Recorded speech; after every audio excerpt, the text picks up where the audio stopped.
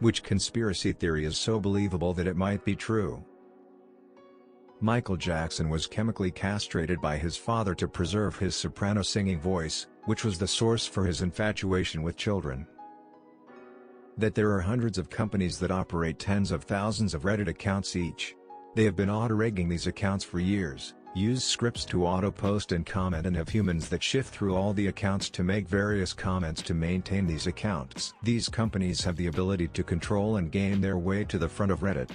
Huge brands use them, special interest groups use them, political parties use them. It's not a conspiracy, it's a real thing. The ballistic missile threat that was sent to Hawaiian cell phones saying, "Seek shelter, this is not a drill," that was later deemed a mistake, was a real missile that was intercepted before impact. The president of the Philippines, Duterte, is very anti-drugs to hide his own involvements with drug cartels off which he makes billions. The Laurel Canyon conspiracy. Basically, if you look at the counterculture revolutionaries in the music industry in the 60s, most of them were the children of military intelligence people. So the theory is that the free love, lots of drugs movement they inspired was done intentionally to distract the youth from a full-scale revolution. The thought was if the angry youth of the mid to late 60s were too high and getting laid all the time, they would stop caring as much about societal ills and then basically sleepwalk through the 70s, which they did. I stumbled upon this when I was reading up on Jim Morrison and how his father was the one who called in the fake strike at the Gulf of Tonkin that kicked off the Vietnam War, and which was shown later to have been a false flag. Turns out, a lot of his contemporaries were also children of highly placed military people with ties to intelligence. Strange that they all wound up in Laurel Canyon as part of the same movement. The recommended food pyramid is created by the FDA, but the FDA is funded by a lot of certain food industries, poultry, dairy, etc. They in turn made the recommended nutrition based off of their funding by these companies, and not based on a well-balanced diet. This is going to get buried, but smartphone batteries. Remember when phones used to have removable batteries and now almost none of them do? A law enforcement agency could make you think that your phone is powered off when in reality it's just displaying a black screen. That way they could still track you, listen to your conversations and take pictures. You would never know for sure. There's a huge conspiracy among the wealthy and elite to kidnap and rape children.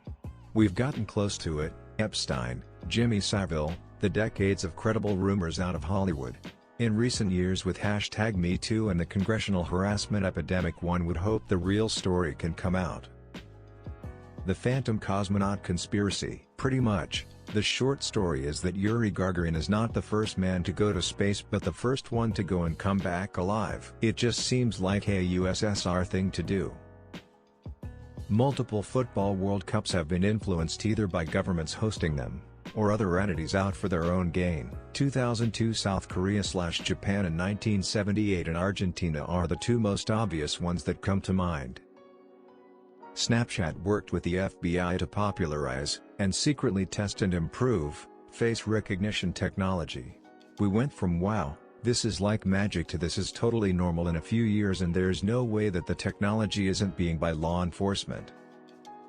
There's a conspiracy theory that Flight 93 was shot down by hastily scrambled jet fighters and/or missiles, in the interest of public safety, and that the government made up the relatively wholesome "the passengers decided to fight the hijackers and sacrifice themselves" story to keep up morale.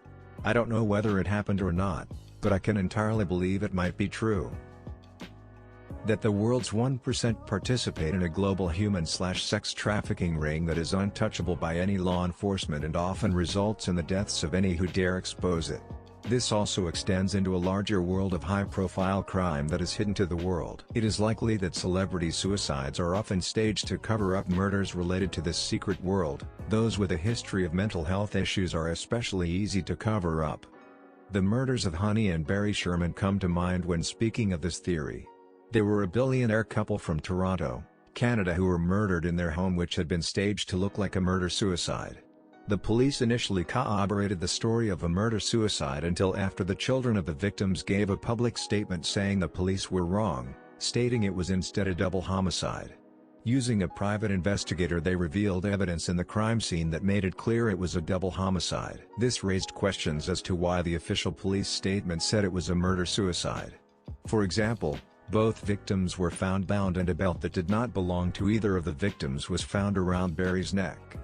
Their murder happened in December 2017, and there has been very little information released about this case since. Banksy's real identity is Robert Del Naja from the band Massive Attack. Banksy strikes in places where Massive Attack tours. Del Naja's art style is similar to Banksy's. On a radio show, a friend of Del Naja's was talking about Banksy, and he started to say Rob before he caught himself.